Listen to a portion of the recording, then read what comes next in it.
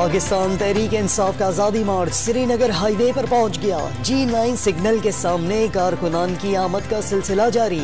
इतराफ के रास्तों को कंटेनर लगाकर सील किया गया। पुलिस, FC और रेंजर्स की भारी नफरी भी तैनात। इमरान खान का काफिला कारकुनों के साथ हसन अब्दाल पहुंच गया।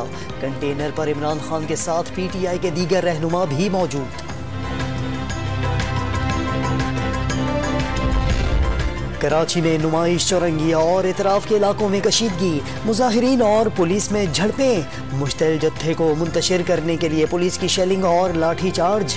पुलिस ने कई कारकुनों को गिरफ्तार कर लिया। मुश्तइल अफराद ने पुलिस व नॉर सिक्योरिटी पोस्ट को आग लगा दी।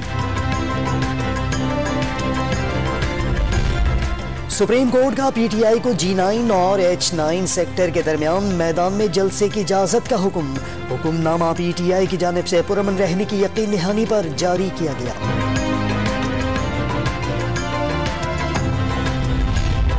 भारतीय अदालत का एक और सियाह फैसला।